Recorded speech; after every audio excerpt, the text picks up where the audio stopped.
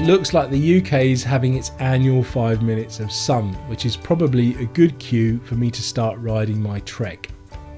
This is what I would call my best bike, which I only start riding once the weather's picked up. It spent the last 6 months in the garage, so apart from a quick basic safety check, there's one really important thing that I need to do before I can take it out on the road.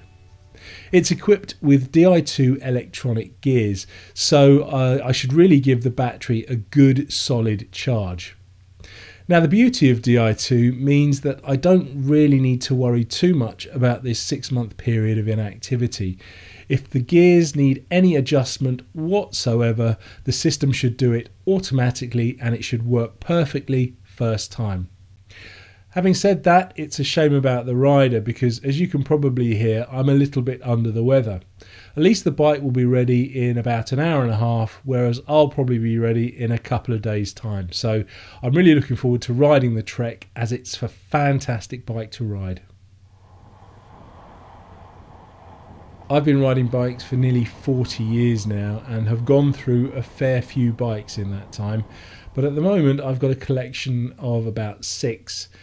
2 of which I ride fairly regularly. The Trek, which is a carbon frame, which I ride during the summer, and then I've got a Specialized, which I picked up in the US while I was working out there about 3 years ago.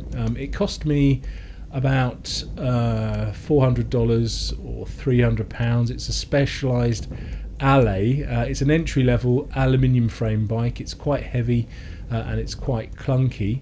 Now, like I say, I use this as mainly for my winter rides, and in fact you don't want anything too fancy for winter riding. You want something that's going to be heavy and clunky because it's going to give you quite a good workout. And then when you switch over to the lighter, better bike in the summer, hopefully you'll feel some sort of benefit. Now, having said that, you don't necessarily need 2 bikes. You can just get away with one. But I would suggest, if you're going to ride your good bike during the winter, to put some mudguards on it to try and protect you and the bike from most of what the weather can throw at it. With one thing and another, my 2017 season so far hasn't gone quite as well as I thought it was going to go. Long story short, I'm not anywhere near as fit as I should be for this time of year. But having said that, I have been ticking over. I'm not completely unfit, so there's something there that I can work on. A couple of weeks ago, in an attempt to kickstart my 2017 cycling season, I signed up to ride the Isle of Wight Randonne. Now, if you don't know what that is or where the Isle of Wight is, it's here in the south of England. It's an island just off the south coast. It's about 20 miles down the road from me, although I do have to take a ferry to get there. The event itself is pretty tough. It's 110 kilometres round, and the island is pretty hilly, so you're either climbing or descending, and there's literally not a flat piece of road on the island.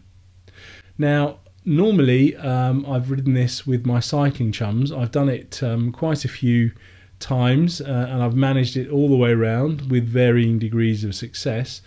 This year, due to my current level of fitness, I'm thinking, you know, do I really want to do it? And I'm almost at the point of thinking, no, I'll leave it for this year. But however, I have heard that there is a 50-kilometre route, which, if I put my mind to it, I could probably manage with my current level of fitness, depending on if I can shake this kind of coldy thing. Now, the event is Sunday. That's not that long for me to recover. So fingers crossed, I'll be ready for it and I'll do the 50 kilometres and I'll let you know how it all went. Now, if you'd like to ride the event next year, it's held every year. It's completely free. It's an amazing event. I'll leave the details in the description to this film.